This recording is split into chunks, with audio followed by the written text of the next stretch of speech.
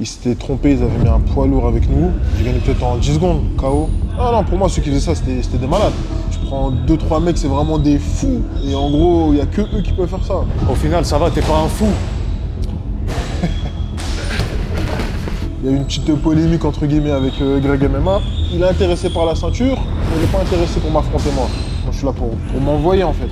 Je suis pas là simplement parce que j'ai des choses à prouver ou j'ai des regrets, donc je reviens. Moi, je suis pas très compliqué. Hein. À partir du moment où il veut m'affronter, on va s'affronter. Mais si demain il a envie, il me dit voilà, comme objectif, je veux te monter en l'air, là, ça va me faire plaisir.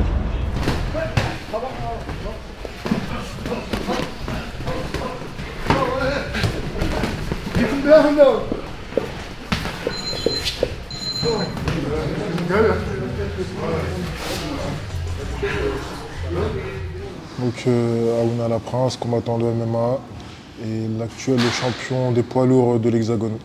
Comment tu découvres les sports de combat, toi? Sport de combat, je découvre avec en cassette. Je me rappelle, j'avais vu l'un des premiers UFC. Ça m'avait marqué, j'étais petit. Ensuite, avec beaucoup les vidéos. Et là, vraiment, où j'ai kiffé, c'est à l'époque, il y avait UFC 1 qui était sorti sur Play. Et là, ça y est, coup de foudre. Toi, c'est direct le MMA qui t'a intéressé ou t'avais d'autres sports de combat aussi? J'aimais bien la boxe anglaise. Mais le MMA, ce que j'aimais, c'est que c'était vraiment plus complet. Et en fait, ça regroupe tous les sports de combat. Donc c'est ça que j'aime beaucoup, le délire d'apprendre toutes les disciplines et d'être en fait, le plus fort dans tout. Ce que j'aime avec le MMA, c'est que ça ne s'arrête pas en fait. Tu vas commencer à boxer, hop, il y a les projections, tu te retrouves au sol, ensuite ça s'enchaîne, tu peux te relever. C'est ça que j'aime bien. Alors que la boxe ou la plupart des sports, comme ça soit kickboxing ou boxe thaï, c'est que l'arbitre il intervient. Donc c'est les temps d'arrêt qui me dérangent. Une fois par exemple une fois que tu es sonné, bah, le fait que par exemple tu aies 10 secondes pour te relever, ça me dérange. Alors que le MMA, j'aime bien, tu peux continuer ton action. À quel âge tu commences à pratiquer vraiment? J'ai commencé à 20 ans. Ouais, j'ai commencé à 20 ans directement. Tu te souviens de tes débuts à l'entraînement en MMA? Ouais, je me rappelle ma première séance. J'étais parti en avance, tellement j'étais excité. Et juste avant la séance, il y avait un cours privé. Et je me rappelle que j'avais regardé le cours privé et que j'étais en fait, c'était la première fois que je voyais du MMA, donc je voyais en fait ce qu'on pouvait faire. Et ça m'avait beaucoup impressionné. Après, premier entraînement, j'étais comme un enfant à Noël. Et après, ça y est, dès que j'ai commencé, j'ai su que jamais j'allais arrêter. Il y en a qui peuvent être un peu surpris du premier entraînement par la dureté, par exemple, du MMA.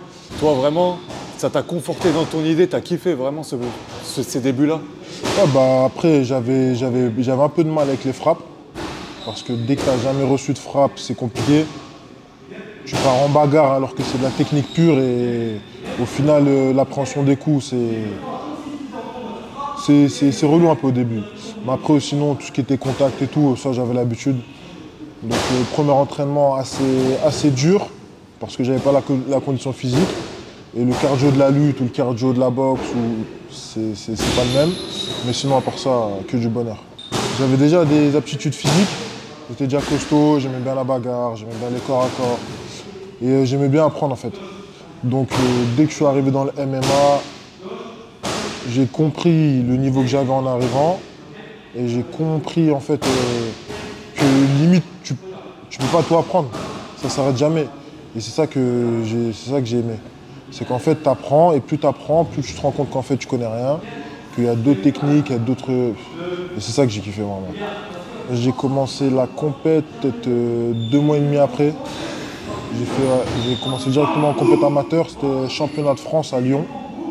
Donc 2 mois et demi après directement, je me suis inscrit en septembre et la première compète c'était 11 novembre. Donc direct j'ai enchaîné, j'ai fait 4 combats à la journée, j'ai gagné les 4. Et là, ça y est, dans ma tête, ça y est, c'était parti. Toi, tu te sentais prêt, 2 mois de pratique, tu pouvais y aller? En fait, je me sentais prêt mentalement. Techniquement, je savais que j'avais beaucoup de choses à apprendre. Je suis parti, je connaissais une technique. Et mais en fait, j'avais l'envie d'essayer. Ça veut dire que dès que j'ai commencé, je m'entraînais tous les jours. Et le fait de m'entraîner tous les jours, j'avais besoin de me tester, de me challenger, de voir en fait, le résultat de mes entraînements. Et pour moi, la compète, ben, c'est la seule réponse. Comment t'expliques ces 4 victoires en 4 combats? Bah, j'avais une rage. J'avais une rage que les autres n'avaient pas. Ils avaient la technique, l'expérience. Moi, c'était vraiment la rage. Donc, premier combat, en plus, je me rappelle, hein, c'était vraiment... Ils s'étaient trompés, ils avaient mis un poids lourd avec nous, alors que de base, j'étais en mode 93. J'ai gagné peut-être en 10 secondes, KO. Donc là, c'était aussi le premier KO. Donc en fait, tout ça a accéléré très vite. J'étais plongé dans le bain directement. Et gagner 4 combats alors que ça fait 2 mois et demi que tu fais un sport, c'est... Ouais, en fait, ça fait plaisir dans le sens où je me dis que voilà, j'ai peut-être trouvé ma voie. Et aussi qu'il y a beaucoup de choses à faire. Tu parlais de rage. D'où elle vient cette rage? La rage, elle vient de l'environnement dans lequel tu grandis, des épreuves que tu as vécues, de tout ce qui t'est arrivé. Et bah forcément, c'est soit tu l'exprimes, il y en a qui l'expriment avec faisant des bêtises sur d'autres personnes, ou soit tu l'intériorises, tu essaies de la canaliser. Et là, le MMA, c'était vraiment le seul moment où je pouvais tout lâcher, sans retenue. Tu penses que c'est une des meilleures solutions, le MMA, pour extérioriser justement une rage que tu peux avoir en toi? La meilleure, je ne pense pas. Mais après, pour les mecs comme moi, je pense que oui, c'est la meilleure. Dans le sens où, quand tu es quelqu'un qui prend beaucoup sur toi, qui essaye de rester, comment dire, de rester calme, de rester patient, alors qu'à l'intérieur, ça veut sortir, ça veut exploser. Et là, en fait, on te donne l'autorisation, tu es même payé pour rentrer dans la cage avec un mec et tu peux tout lâcher. Moi, perso, ça m'a beaucoup aidé. Pour que cette rage te donne une telle force dans la cage, au point de gagner tes 4 premiers combats au bout de 2 mois de pratique, c'est que le MMA, ça doit représenter beaucoup de choses pour toi dès tes débuts, en fait. Ça a représenté quoi au début pour toi? Au début, en fait, pour moi quand j'ai vu les premières images de MMA, j'étais choqué par le courage des mecs. En gros, tu acceptes, tu rentres dans une cage avec un autre mec, il y a un arbitre, on ferme la cage, et en mode, en gros, le plus déterminé ou le plus technique ou même le plus fort, il gagne. Et en fait, me dire que j'ai réussi à, entre guillemets, intégrer ce mode de vie-là, que en gros, que ce que je voyais quand j'étais petit, qui m'impressionnait et qui vraiment me laissait bouche bée, maintenant je le pratique, en fait, c'est une fierté en soi. Parce que pour moi, c'était vraiment impossible de faire ça quand j'étais jeune. Tu t'en croyais pas capable? Ah non, pour moi, ceux qui faisaient ça, c'était des malades. Tu prends 2-3 mecs, c'est vraiment des fous. Et en gros, il n'y a que eux qui peuvent faire ça. Mais après, en fait, au final, quand tu rentres dedans, tu comprends que c'est autre chose. Au final, ça va, t'es pas un fou. Je continue à penser que pour faire ça, il faut être fou. Il faut avoir une petite part de folie. Parce que se mettre en danger volontairement comme ça, il faut avoir un petit truc qui est déconnecté ou... 2 fils qui se touchent, comme on dit. C'est ça. Là, je crois même 3 fils.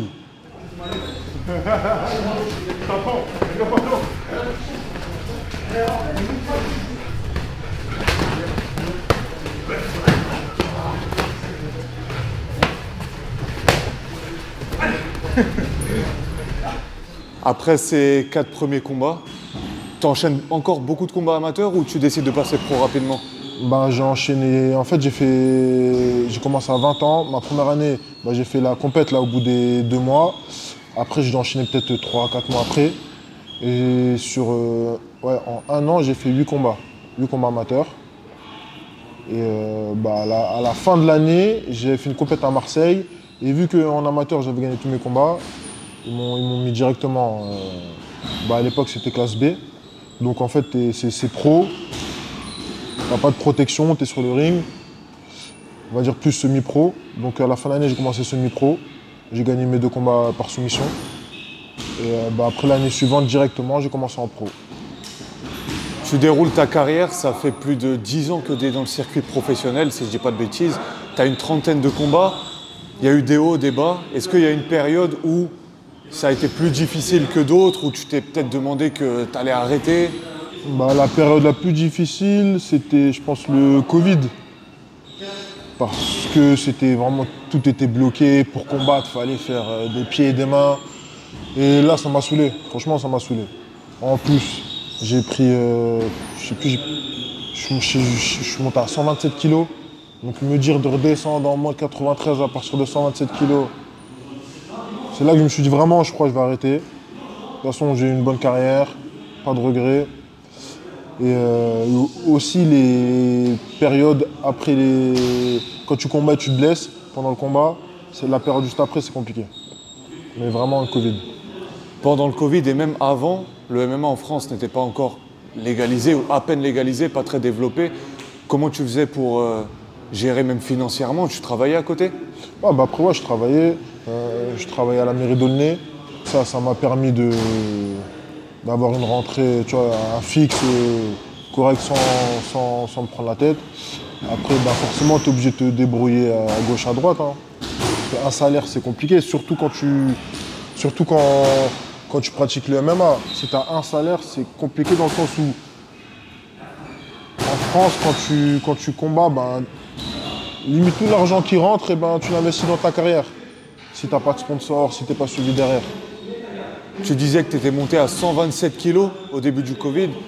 Qu'est-ce qui a fait que tu es resté justement, que tu as gardé le cap, que tu es revenu encore et que tu as continué à combattre? Bon, en fait, dès qu'il y a eu le Covid, je sortais de 3 défaites. Donc 3 défaites, plus une grosse prise de poids. Je me suis posé en mode, je me suis dit, bon, c'est simple. Là, si j'arrête, j'ai une bonne carrière, j'ai pris des titres, j'ai tourné un peu partout, je pourrais. Mais est-ce que j'ai envie d'arrêter? Est-ce que j'aurai pas de regrets après ça? Parce que vivre avec des regrets alors que j'aurais pu faire le bon choix, ça ne m'intéresse pas. Donc je me suis dit, ben, ce que je vais faire, je vais couper la poire en deux, je fais un dernier combat.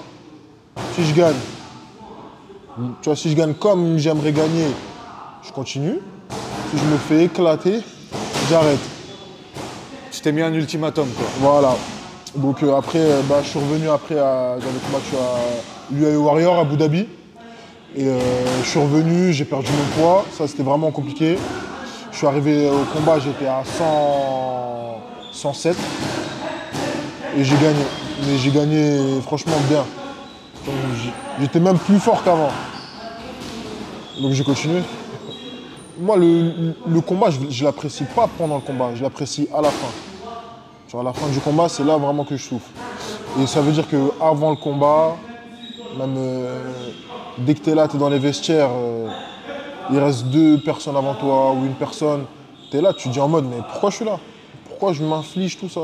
Ou même la préparation du combat. Quand je m'entraîne avec mon préparateur physique, Rachid Metlouti, je me dis pourquoi en fait? Il y a plein de sports qui sont bien accessibles. Tu aurais fait quoi? Tu serais où si tu n'étais pas dans le MMA?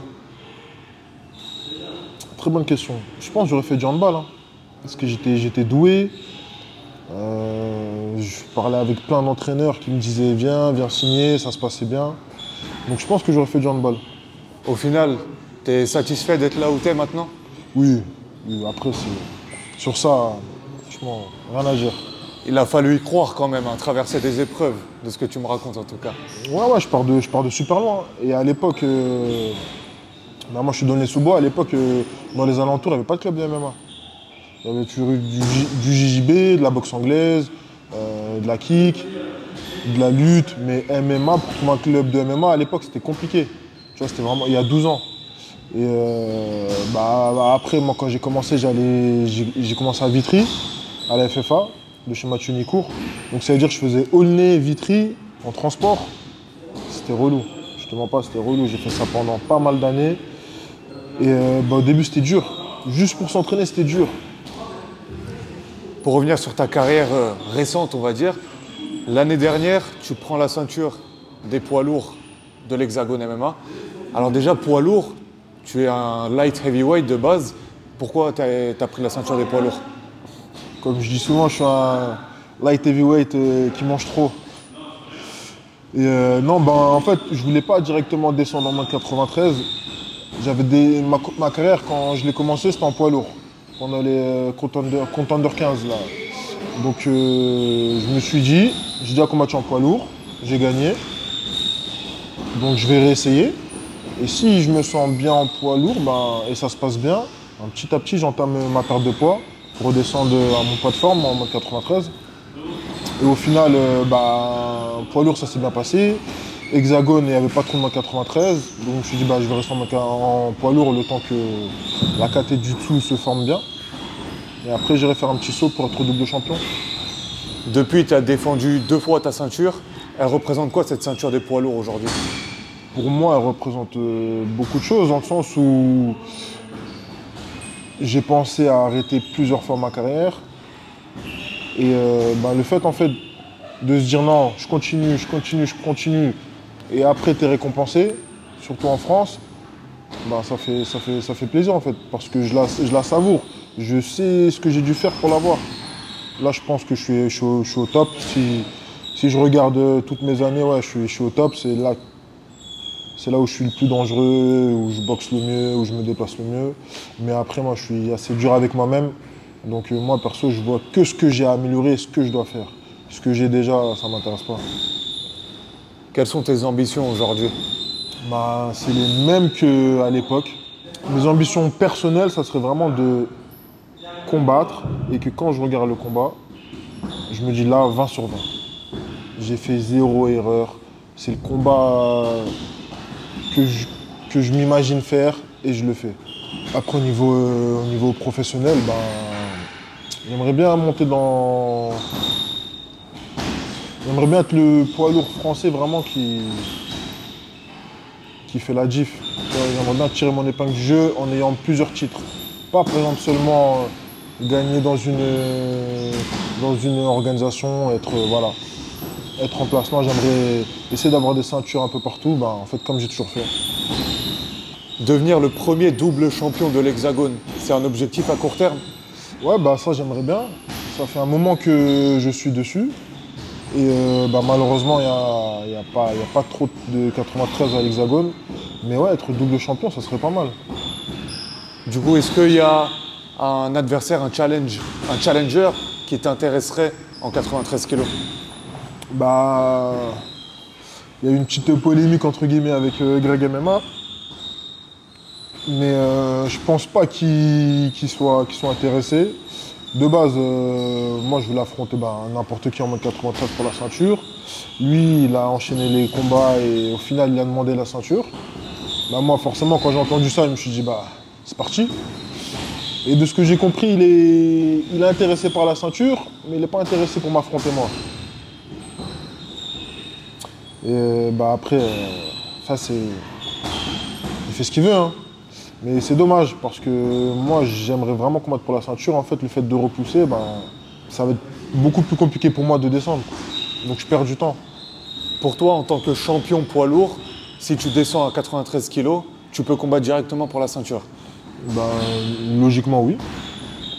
Je suis champion en poids lourd. J'ai défendu ma ceinture 2 fois, donc je suis légitime. Greg MMA, c'est un adversaire qui t'intéresserait? En vrai, non. Non. Parce que lui, je pense que le plus gros de sa carrière, il est derrière lui. Je pense que là, en fait, il est plus revenu pour se prouver des choses à lui-même. Donc, on n'a pas les mêmes objectifs. Moi, je suis là pour combattre les meilleurs, je suis là pour les titres, moi, je suis là pour m'envoyer, en fait. Je suis pas là simplement parce que j'ai des choses à prouver ou j'ai des regrets, donc je reviens. Et tu prends pas trop en compte ce que ça pourrait aussi t'apporter en termes de visibilité, par exemple? Si, je le prends en compte, forcément, parce que maintenant, on est dans une époque de réseau, les followers, tout ça, c'est super important. Mais personnellement, si tu vas sur mon Insta, tu verras que je m'en fous un peu. Moi, je suis plus là pour mes objectifs.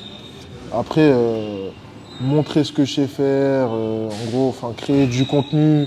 Si ça ne me ressemble pas, si ça ne vient pas du cœur, si c'est pas un truc que j'ai envie de faire, je ne vais pas le faire. Mais après, en fait, à partir du moment, moi je suis pas très compliqué, hein. À partir du moment où il veut m'affronter, on va s'affronter. Tu vois, qui est ceinture, pas de ceinture.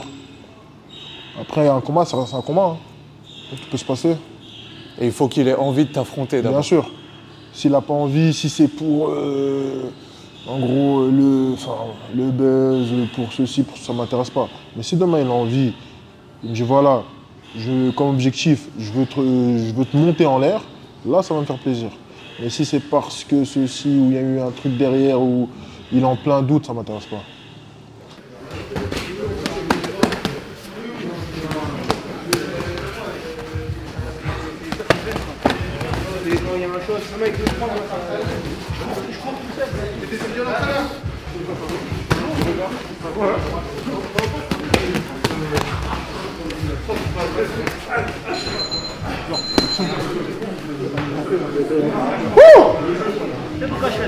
J'arrive patron. La horde. Donc une équipe, une meute, une Il y en horde. a qui veulent tourner en MMA. Entre poids lourds, on se donne rendez-vous. Tout le monde est mort. Il y en a, ils sont déjà affrontés les uns les autres. Prochain. On n'est pas du même club. Ah, c'est sous On est là pour se foutre sur la gueule avec le respect. Les sidekicks. Simplement.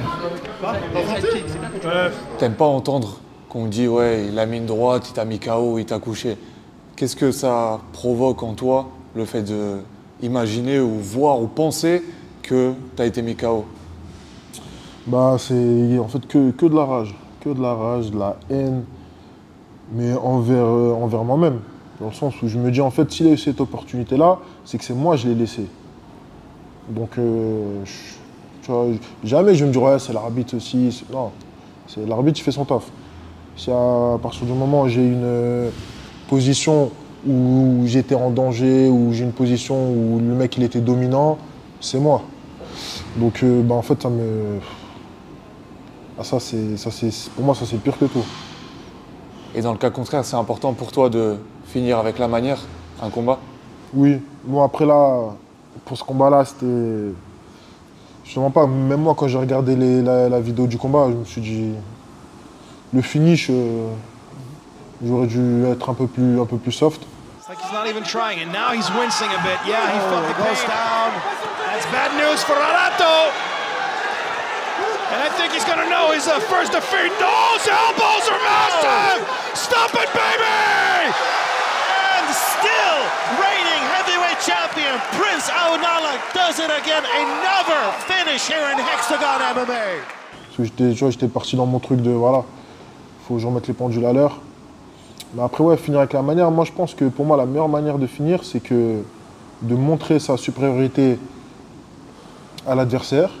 Et que par exemple, quand tu sens qu'il peut plus défendre ou que ça y est, tu as gagné, au lieu d'attendre plutôt que l'arbitre il intervienne, toi tu es là, tu es en train de le terminer, bah, t'arrêter de toi-même et montrer que je suis en position dominante, c'est bon, on arrête, hop, l'arbitre il arrête. Ça pour moi, c'est la meilleure manière de finir. C'est bon, ça suffit? Voilà. Un peu dans ce style-là. Tu vois, tu préserves un peu quand même ton adversaire, tu gagnes. De base, j'étais un combattant qui fonçait dans le tas, je réfléchissais pas trop. Je prenais souvent les meilleures décisions, enfin les mauvaises décisions, pardon, parce que je me laissais submerger par les émotions, par l'adrénaline, par le public. Et là, j'ai réussi à arriver à un niveau où je tempère beaucoup et je prends vraiment des bonnes décisions. Montre-nous un peu la ceinture, quand même. Mon bébé. La ceinture de l'Hexagone. Ça y est, tu y es déjà attaché? Ça y est, hein. Bah, après, c'est la 3e que j'ai à la maison. Genre, le mec se la raconte. Non, ouais, je suis attaché dans le sens où c'est un accomplissement personnel, ça signifie beaucoup de choses. Hein. Et bah, je vais essayer de la défendre jusqu'à être le poids lourd incontesté de l'Hexagone. Pourquoi pas la doubler aussi? T'as 2 épaules. Ouais. Bah, en fait, je vais faire tout ce qui est possible de faire. Si on me propose, même en moins de 84, je crois que je vais dire oui. Bon, 65 ou 77, là, je pense que c'est chaud. Mais sinon, ouais, je vais tout faire pour. Tout prendre, quoi. C'est ça. Bah déjà, remercier l'Hexagone pour les opportunités. Leur sérieux et leur professionnalisme. Remercier l'ASB. L'ASB, c'est mon club, c'est ma team. Remercier aussi la Horde, mon préparateur physique, Rachid Metlouchi, tous mes sparring, Oumar Sy, Alexis Mayol, Ronnie Bouzy, Fabrice Niedré, Kevin Oumar, bref, il y a trop de gens à remercier. Et voilà, tous ceux qui ne me connaissent pas, ben, moi, Saouna Laprince, et je suis là pour le show.